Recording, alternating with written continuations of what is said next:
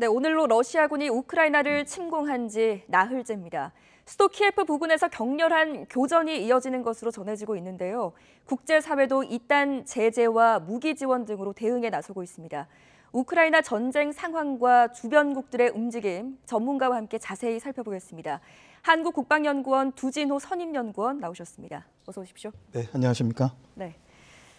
이제 우크라이나도 오전 8시를 지금 넘어가면서 날이 밝은 상황인데 러시아군이 키예프 외곽 30km 지점까지 지금 진격을 했다고 전해지고 있습니다. 현지 전투 상황 어떻게 보고 계십니까? 네, 말씀하신 대로 오늘은 러시아가 우크라이나를 침공한 지 4일차가 되었고 약 75시간의 이런 시간이 흘렀습니다. 현재 스튜디오 시간이 오후 3시를 넘어서고 있는데 모스크바는 아침 9시, 말씀하신 대로 이제 키예프는 8시를 조금 넘은 시간입니다. 네. 이런 시간으로 봤을 때 이제 러시아의 야간 작전이 끝나고 이제 주간 작전, 주간의 공격 작전으로 이어지는 이제 그런 상황으로 보여지고요. 현재 러시아는 동, 남, 북 이 세 축선에서 이미 키예프를 포위해서 러시아 지상군들이 이렇게 전개를 하는 것으로 보여지고 또 엊그저께는 러시아의 공중 강습 부대가 키예프 북서부 7km에서 떨어진 하스토멜 공항을 이렇게 사실상 점령을 함으로써 네. 현재 키예프는 러시아 지상군으로부터 이 사면에서 이제 포위를 받게 되는 그런 상황으로 볼 수 있고 이런 전반적인 상황으로를 이제 고려했을 때 키예프 함락도 초읽기에 들어간 것이 아닌가 그렇게 분석할 수 있겠습니다. 네. 얼마 남지 않았다라고 보시는군요. 지금 민간인 피해도 속출을 하고 있는데 규모 어떻게 보십니까? 이제 구체적인 현황 파악은 현재까지는 좀 어려움이 있는데 네. 유엔에서 최근 상황을 고려해서 이제 민간인 사상자 240여 명이 이렇게 발생했다고 얘기를 했고 또 안타깝게도 그중에 40여 명 이상의 민간인이 사망한 것으로 이렇게 전파가 되었습니다. 네. 러시아 지상군이 실질적으로 키예프에 진입을 하게 되면 이것이 이제 시가지 전투로 발전을 할 수가 있기 때문에 어떤 시가지 전투의 특성과 그런 특징들을 고려했을 때는 보다 많은 민간인 사상자가 발생할 것으로 이렇게 보고 있습니다. 애초에 이제 러시아 입장은 군 시설만 공격을 하겠다 이런 주장이었는데 그래도 민간인들의 희생과 피해는 불가피하겠죠? 예, 러시아 국방부의 발표와 달리 네. 민간인 사상자가 발생을 하고 있는 상황입니다. 네. 자, 러시아가 이런 국제사회의 반발에도 불구하고 왜 우크라이나를 전면 공격에 나선 건지 그 배경이 좀 궁금합니다. 일각에서는 이제 옛 소련의 부활을 꿈꾸는 것 아니냐 이런 추측도 나왔는데요. 푸틴 대통령은 아니라고 추측을 일축했습니다. 푸틴 대통령의 발언 잠시 듣고 오시죠. границах. Это абсолютно не соответствует действительности. После распада Советского Союза Россия признала все новые геополитические реалии и, как вы знаете, активно работает над укреплением нашего взаимодействия со всеми странами, возникшими независимыми государствами. 네, 협력 강화에 적극적으로 임하고 있다. 그런데 이렇게까지 전면전에 나서는 걸 보면 러시아가 지금 냉전 시대 수준의 영향력을 회복하려는 것 아니냐 이런 주장도 지금 나오고 있거든요. 푸틴의 속내 어떻게 봐야겠습니까?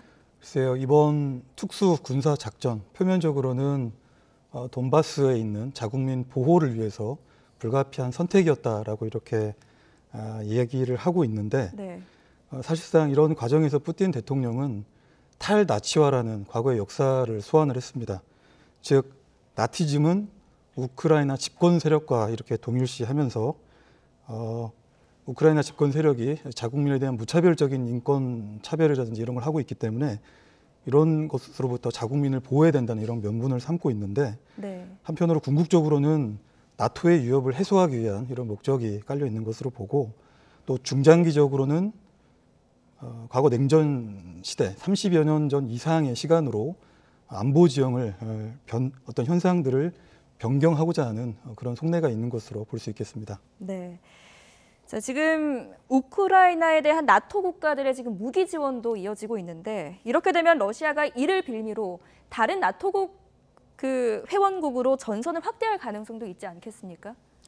네, 그렇습니다. 푸틴 대통령은 대국민 담화를 통해서 우크라이나 상황과 관련돼서 만약 제3국이 네. 개입을 할 경우에 상상할 수도 없는 강력한 보복 조치를 예고를 한 바가 있습니다. 예. 또 이런 점에서 나토군도 우크라이나에 파병을 할 수 없는 여러 가지 어려운 상황들이 있고 따라서 현재 상황을 봤을 때는 확대 가능성은 없지만 또 어떤 그런 가능성도 배제할 수 없는 이런 복합적인 상황이라고 볼 수 있겠습니다. 네. 자, 미국이 오늘 유엔 안보리 소집을 요구를 했습니다. 총회에서 러시안 규탄 결의안을 채택하기 위한 건데요. 러시아에게 얼마나 압박을 줄 수 있다고 보십니까? 네, 현지 시간으로 28일, 한국 시간으로 내일 유엔 총회가 예고가 되어 있는 상황입니다. 이 결의안의 내용은 즉각적이고 완전하고 무조건적인 러시아군의 철수 이런 내용을 네. 담고 있는 결의서가 되겠고, 물론 이것이 법적 구속력은 갖추고 있지는 않지만 네. 무난하게 아마 유엔 총회에서 이 결의서가 채택될 것으로 보여지고, 그렇게 된다면 세계적 차원에서 이 러시아의 우크라이나 침공과 관련된 반전 여론이 급속하게 확산될 것으로 이렇게 예상이 되고요. 네. 그에 따라서 러시아의 전쟁의 어떤 명분도 약화될 것으로 예상이 됩니다. 러시아 입장에서 지금 실질적인 압박으로 받아들일 수 있다고 보시는 겁니까? 네, 그렇습니다. 네.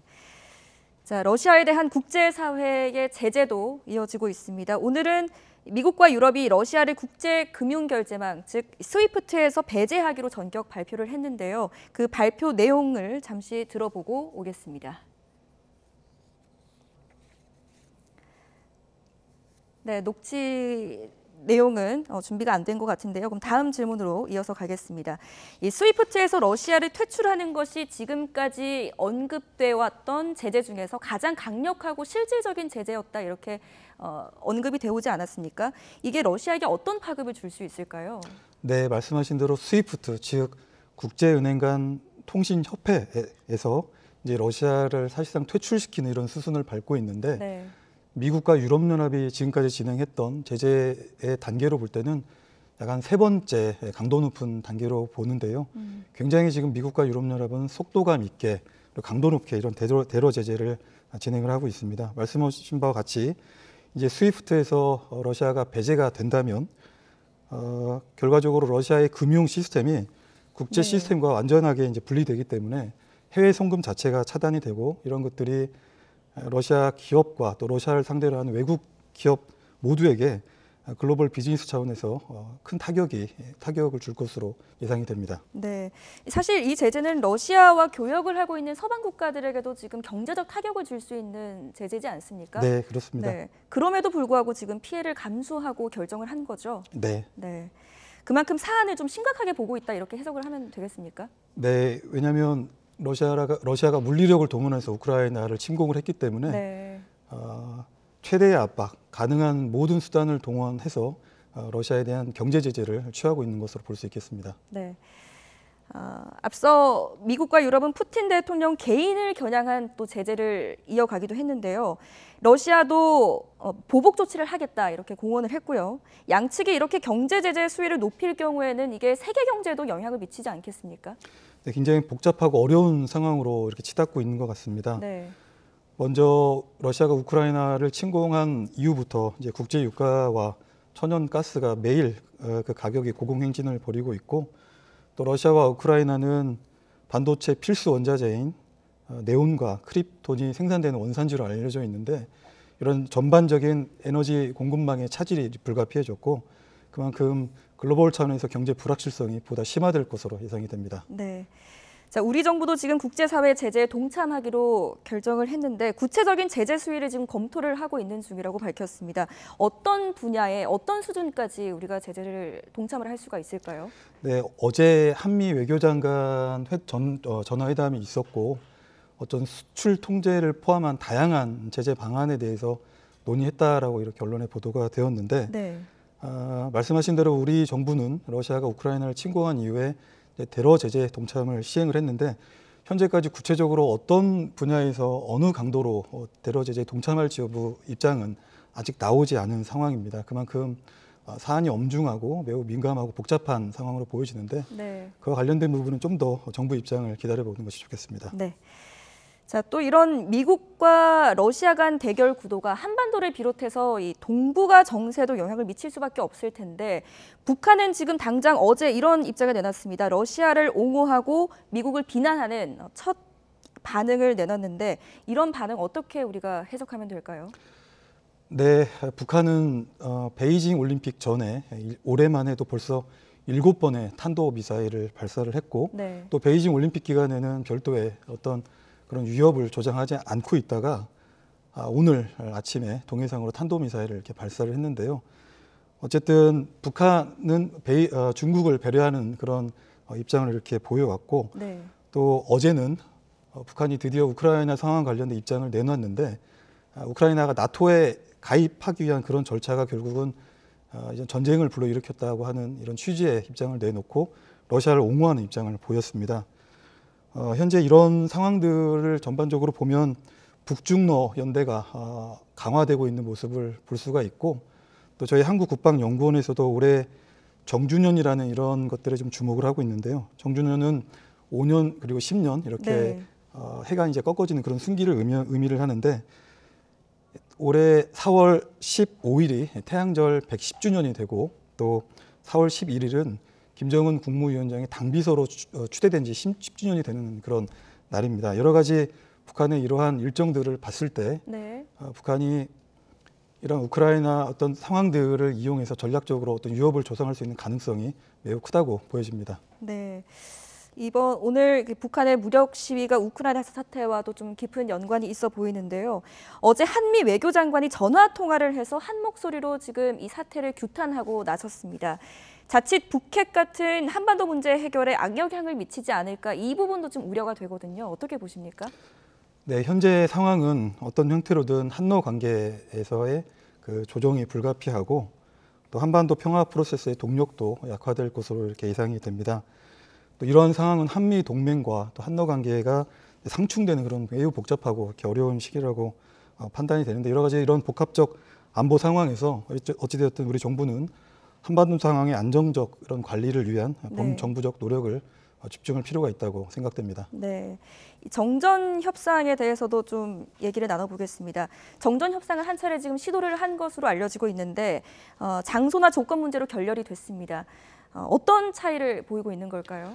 네, 말씀하신 대로 정전 협상이 물밑에서 이루어졌고 또 그런 정전 협상의 여건 조성을 위해서 러시아 군도 일시적인 작전적 정지를 통해서 우크라이나 키예프로의 어떤 전개를 멈췄는데 결국 양측 간의 이견이 발생을 해서 협상이 결렬된 것으로 이렇게 발표가 되었습니다. 협상의 내용과 특히 이제 장소의 차이에서 이견이 발생한 것으로 이렇게 보여지는데 협상의 전제 조건으로 우크라이나와 서방은 러시아의 적대 행위 중지와 즉각적인 병력 철수를 요구를 했고 협상을 폴란드 바르샤바에서 할 것을 이렇게 제안을 했는데 네. 러시아는 협상의 장소로 민스크를 이렇게 강력하게 요청을 했고 또 협상의 전제적으로 내세운 그런 조건들을 또 러시아가 수용하지 않으면서 결과적으로 이 정전 협상은 결렬이 된 것으로 보입니다. 네, 알겠습니다. 앞으로도 좀 상황을 지켜봐야겠습니다. 여기까지 듣겠습니다. 지금까지 한국국방연구원의 두진호 선임연구원과 함께했습니다. 오늘 말씀 잘 들었습니다. 네, 감사합니다.